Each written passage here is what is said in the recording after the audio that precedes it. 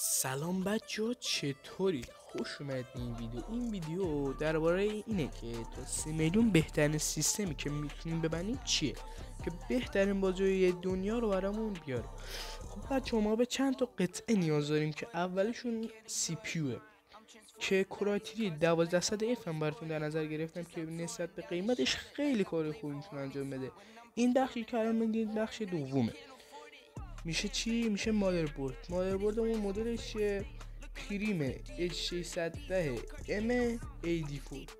نسبت به قیمتش خیلی کارا میتونه بکنه، خیلی کارا نمیتونه بکنه. البته شوخی کردم باتون، خیلی خوبه نظر من، بهتر از این نتونستم پیدا کنم. اینم میشه کارت گرافیک که اصلا نقش اصلی توی سیستم ما که مدل گیگابایت فکر کنم RX 6600 که ترجیحاً اسوک بگیرید. قیمتش که الان من دارم این ویدیو رو میگیرم هلوش 13 تومن 14 تومنه. شما اگه اسوک بگیری براتون در میاد حدود 7 تومن 6 تومن در حد نو اسوک. نه خب بچه، حالا اینم بخش هاردمونه. این بخش هارد از نظرم یکی از مهمترین بخش هاست که 2 تا 1 ترابایت بگیرید، ترجیحاً 2 تا باشه. 2 تا نظر من برنج قیمت خودش خیلی کار میتونه بکنه. حالا بریم سراغ بخش پاور. بله، یه پاور براتون در نظر گرفتم. ما اکو گرین 550 وات که مقاومت میکنه در برابر یه سری کاری که الان بهتون میگم.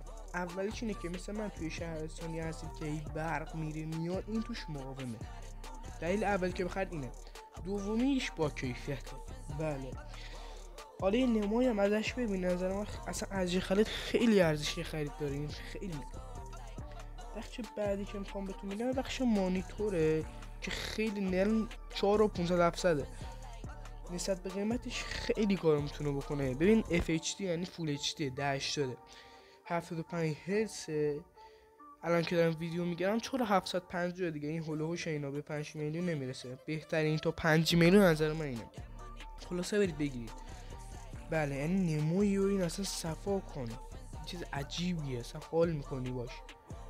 خب بچه‌ها، رسیدیم چند تا بخش رو بهتون نگفتم، بریم ما پایین ویدیو نزدیک میشیم. 3 تا بخش مونده که الان بهتون نشون میدم. اولی رمه. بله، یعنی همونجوری که میبینید رم 3 متر اسم داره. براتون اینجا گذاشتم عکسشو. میبینید اینم عکس خودشه. میبینید رم کوزره. اینم میشه کیس خالیمون، جعبه کیس میشه این عکسش. بله، اینم یه فن از اون خوب که نسبت به قیمتش بچه خیلی کارا میتونه بکنه دیگه. بچه به پایان ویدیو رسیدیم. امیدوارم این ویدیو به دردتون خورده باشه. اگه به درد خورد کانال منو سابسکرایب کنید.